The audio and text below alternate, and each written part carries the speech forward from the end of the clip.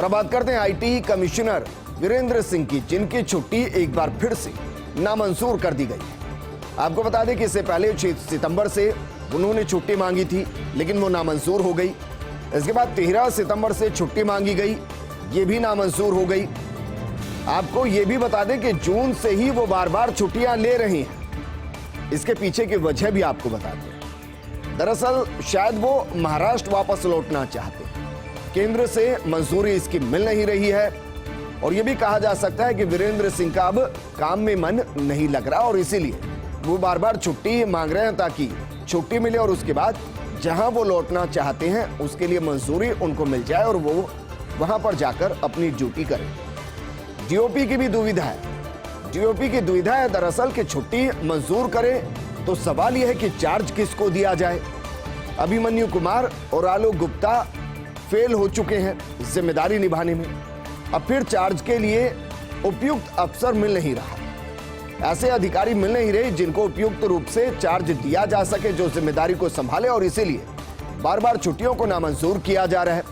दुविधा यह भी है कि वीरेंद्र सिंह का मन नहीं लग रहा है और वीरेंद्र सिंह की जगह नए कमिश्नर की नियुक्ति शीघ्र जरूरी है। विभाग और राज्य कॉर्प्स में कामकाज पूरी तरह से ठप पड़ा है। आगे बढ़ते हैं और बात करते हैं माउंट आबू की। वैसे तो माउंट आबू का मौसम पूरे हिंदुस्तान को लुभाता है, लेकिन अब बारिश वहां पर हो रही है और बारिश के बाद मौसम सुहावना हो गया। बारिश के चलते अरावली की पहाड़ियां हरी भरी हो गई हैं। नक्की झील सहित तो बांधों में पानी की आवक बढ़ गई है। शहर में आज 1.4 इंच बारिश रिकॉर्ड की गई है। पर्यटक सुहाने मौसम को देखकर रोमांचित महसूस कर रहे हैं। बीते 3 दिनों की बात की जाए तो रुक रुक कर बारिश का दौर जारी है और आप कह सकते हैं कि सैलानियों के लिए पिकनिक स्पॉट के तौर पर माउंट आबू तेजी से आकर्षण का केंद्र बना हुआ है। उसके पीछे की एक और वजह है, राजस्थान से तो लोग वहां पहुंचते ही हैं। माउंट आबू गुजरात से भी सटा हुआ है। आसपास के जिलों के लोग वहां पहुंचते हैं, गुजरात से सैलानी वहां पर आते हैं और सोचिए माउंट आबू में रुक रुक कर बारिश हो। मौसम वैसे ही वहां का सुहावना होता है, ऐसे में बारिश का मौसम सैलानियों को लुभा रहा है, माउंट आबू की फिजा को गुलजार कर रहा है। और अब बात करते हैं संडे सियासी गपशप की। जयपुर शहर कांग्रेस अध्यक्ष की दौड़।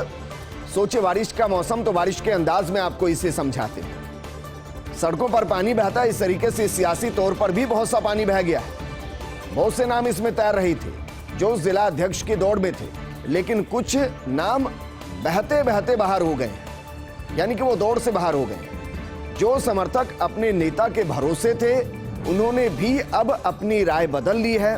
थक हार कर कुछ अब सियासी नियुक्तियों का रास्ता ढूंढ रहे हैं कि जिलाध्यक्ष नहीं तो अपने नेता के भरोसे सियासी नियुक्ति ही ले ली जाए।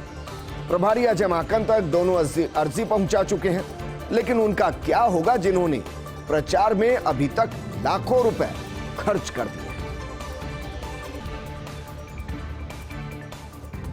17 सितंबर को बीजेपी जयपुर शहर और देहात का आंदोलन होगा। राज्य सरकार के खिलाफ विधानसभा घेराव और बड़ा आंदोलन होगा।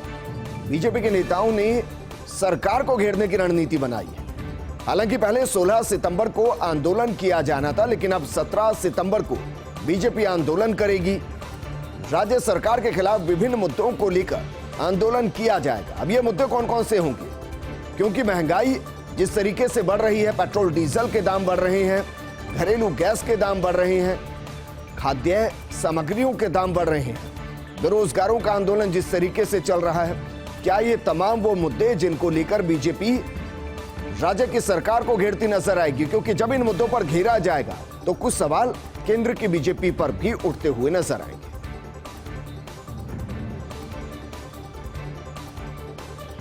दरअसल केंद्रीय मंत्री के दौरे ने बदला बीजेपी का कार्यक्रम। नितिन गडकरी 13 और 16 सितंबर को राजस्थान आएंगे। 13 सितंबर को विधानसभा सेमिनार में वो शिरकत करेंगी, तो 16 सितंबर को दिल्ली मुंबई एक्सप्रेस वे का वो निरीक्षण करेंगे। और इस वजह से जो विधानसभा का घेराव 16 सितंबर को करना था, उसमें एक दिन आगे बढ़ा दिया गया, 17 सितंबर को किया जाएगा, क्योंकि 16 सितंबर को केंद्रीय मंत्री नितिन गडकरी राजस्थान आएंगे। दिल्ली मुंबई एक्सप्रेस वे का वो निरीक्षण करेंगे। ऐसे में बीजेपी ने अब विधानसभा घेराव को आगे बढ़ाया पहले 13 सितंबर को घेराव, फिर 16 सितंबर की प्लानिंग और अब आखिरकार 17 सितंबर को घेराव का ऐलान किया गया है। वहीं मारवाड़ के युवा नेता का अब जयपुर में युवा शक्ति प्रदर्शन नजर आएगा। रविंद्र सिंह भाटी अब जोधपुर के बाद जयपुर में बड़ा आंदोलन करेंगे। 13 सितंबर को यानी कि कल राज्य सरकार से विभिन्न मांगों के संबंध में आंदोलन किया जाएगा। विधानसभा घेराव करेंगे विभिन्न दर्जन भर से ज्यादा मांगों को लेकर। आपको बता दें कि रविंद्र सिंह भाटी जेएनवीयू के छात्र संघ अध्यक्ष हैं। डॉक्टर किरोड़ी लाल मीणा जो कि राज्यसभा सांसद हैं, उनका भी उनको समर्थन है। हालांकि डॉक्टर किरोड़ी लाल मीणा आंदोलन में साथ नहीं रहेंगे। उन्होंने कोरोना गाइडलाइंस और जिस तरीके से गाइडलाइन जारी की गई है उसके बाद उन्होंने कहा कि वो आंदोलन का हिस्सा नहीं हो। नई कोरोना गाइडलाइंस मीणा के लिए बाधक बनी है। ऐसे में अब कल होगा युवाओं के साथ भाटी का शक्ति प्रदर्शन। ये शक्ति प्रदर्शन कितना सफल रहता है इस पर सबकी नजरें बनी रहेंगी। हालांकि गाइडलाइन रविंद्र सिंह भाटी पर भी लागू होती है। इसके खिलाफ सरकार क्या एक्शन लेगी, किस तरीके से प्रदर्शन होगा, किन मांगों को लेकर प्रदर्शन होगा, ये पूरी तस्वीर कल साफ होगी। सवाल यह भी है, जयपुर में ज्यादा टिक ही नहीं सकते हैं अब आंदोलनकारी। भले ही विधानसभा घेराव हो या अन्य आंदोलन हो, मजाल की ज्यादा टिक पाए आंदोलनकारी, क्योंकि जिस जगह पर इकट्ठा होने की परमिशन मिलती है उस जगह के नजदीक बना हुआ है कचरा डिपो। शहर के एक बड़े हिस्से की गंदगी यहां पर खाली होती है। छोटे छोटे वाहनों से कचरा यहां पर खाली होता है। सोचिए जरा, ऐसी सड़ांत मारती उस जगह पर कार बंद करके भी निकलना दूभर होता है।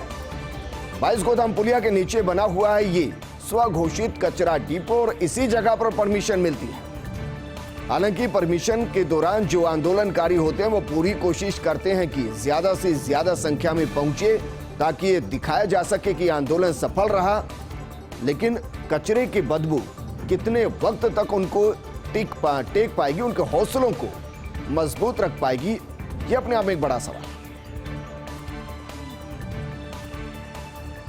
एक छोटे से ब्रेक के लिए यहां रुक रहे हैं, जल्द हाजिर होंगे।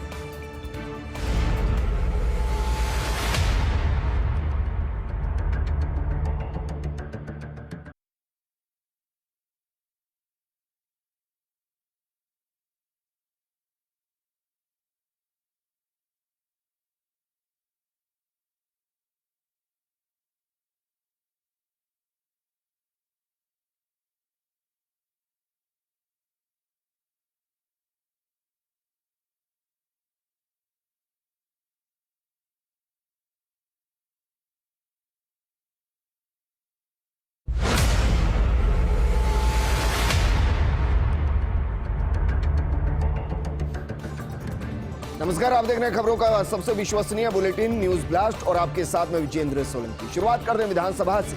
विधानसभा में नहीं होगा प्रश्नकाल। कल विधानसभा में सेमिनार का आयोजन और इस वजह से प्रश्नकाल नहीं होगा।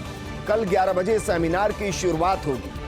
पूर्व केंद्रीय मंत्री गुलाम नबी आजाद सेमिनार की शुरुआत करेंगे। सेमिनार के दूसरे सत्र का आगाज केंद्रीय मंत्री नितिन गडकरी करेंगे। कार्यक्रम की अध्यक्षता करेंगे डॉक्टर सीपी जोशी। वहीं विशिष्ट अतिथि होंगे नेता प्रतिपक्ष गुलाब चंद कटारिया, संसदीय कार्य मंत्री शांति धारीवाल। और अब बात करते हैं छबड़ा थर्मल हादसे पर राजनीति की। विधायक प्रताप सिंह सिग्वी ने मांग की है हादसे की निष्पक्ष जांच हो, घायलों को मुआवजे की मांग की गई है। ऊर्जा मंत्री और मुख्यमंत्री को पत्र भेजकर मांग की गई है। थर्मल में भी तकरीबन 300 करोड़ के नुकसान की बात कही गई है। इस दौरान आरोप लगाया गया कि इकाइयां भी 8 से 10 महीने तक बंद रही हैं और थर्मल में घटिया निर्माण और भ्रष्टाचार हादसे का कारण बताया गया। और इस हादसे में जो लोग घायल हुए उनको मुआवजा दिया जाए। साथ के साथ इस मामले की उचित जांच की जाए ताकि अगर कोई दोषी है तो उसके खिलाफ सख्त कार्रवाई हो सके। राजनीतिक गलियारों में एक बड़ी चर्चा है। प्रदेश बीजेपी संगठन में बढ़ सकते हैं पद। प्रदेश महामंत्री, प्रदेश मंत्री और उपाध्यक्ष पदों में बढ़ोतरी हो सकती है। केंद्रीय आलाकमान की हरी झंडी के बाद यह फैसला हो सकता है। कई कार्यकर्ताओं को मिल सकता है संगठन में मौका। कार्यकर्ता भी कर रहे मौके का इंतजार, क्योंकि जितने ज्यादा पद बढ़ेंगे उतने ज्यादा कार्यकर्ताओं को मौका मिलेगा। लक्ष्य को प्राप्त करना उतना आसान रहेगा और साथ के साथ जो नाराजगी नेताओं में है उनको शायद इस तरीके से मैनेज किया जा सकता है, क्योंकि जितने ज्यादा पद होंगे उतने ज्यादा को एडजस्ट किया जा सकता है। प्रदेश के 14 आईपीएस अधिकारी हुए डीजीपी डिस्क से सम्मानित, लेकिन ये कौन कौन से हैं ये हम आपको बताएंगे। आज आरपीए में आयोजित समारोह में डीजीपी एमएल लाठर ने सम्मानित किया है। जिनको सम्मानित किया है वो हैं डीजी जेल भूपेंद्र कुमार तक, डीजी इंटेलिजेंस उमेश मिश्रा, अतिरिक्त महानिदेशक police armed battalion Janga Srinivas, police commissioner Jaipur Anand Kumar Srivastava, अतिरिक्त महानिदेशक पुलिस एटीएस एवं एसओजी अशोक कुमार राठौड़, अतिरिक्त महानिदेशक पुलिस सतर्कता बीजू जॉर्ज जोसेफ, अतिरिक्त महानिदेशक पुलिस भर्ती एवं पदोन्नति बोर्ड विनीता ठाकुर, उप महानिरीक्षक पुलिस एसओजी शरद कविराज, उप महानिरीक्षक पुलिस कार्मिक एस परिमाला, अतिरिक्त पुलिस आयुक्त कानून एवं व्यवस्था अजयपाल लांबा, उप महानिरीक्षक पुलिस कार्मिक राजेंद्र सिंह, उप महानिरीक्षक पुलिस क्राइम जय नारायण, अतिरिक्त पुलिस आयुक्त राहुल प्रकाश, एसपी जयपुर ग्रामीण शंकर दत्त शर्मा डीजीपी डिस्क से सम्मानित किए गए।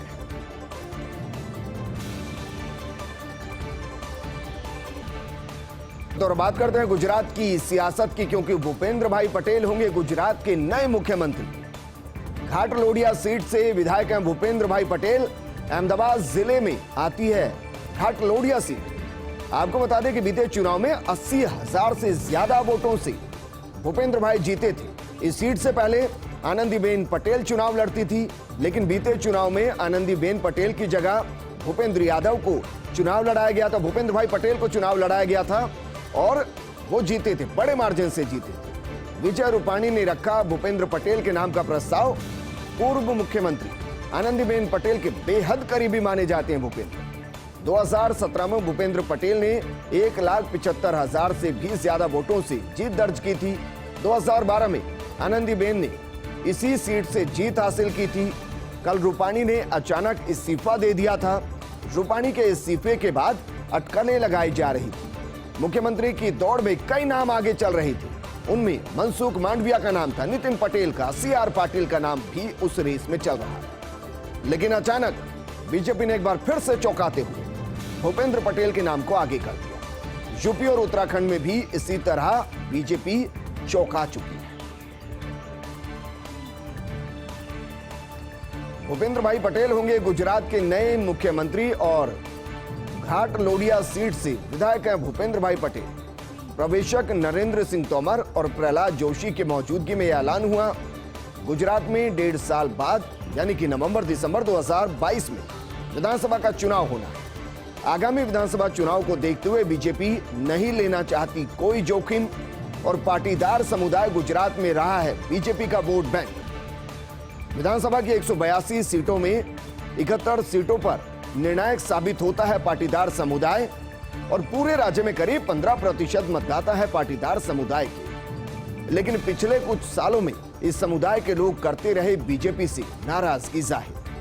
पहले हार्दिक पटेल की अगुवाई में पाटीदारों ने बड़ा विरोध प्रदर्शन किया, बड़ा आंदोलन किया, जिसके चलते बीते चुनाव के दौरान बीजेपी को कड़ी चुनौती का सामना करना पड़ा। पिछले कुछ समय से आम आदमी पार्टी भी पाटीदारों में बेहद लोकप्रिय हो रही है। ऐसे में पाटीदार समुदाय में मैसेज देने के लिए बनाया गया भूपेंद्र पटेल को मुख्यमंत्री।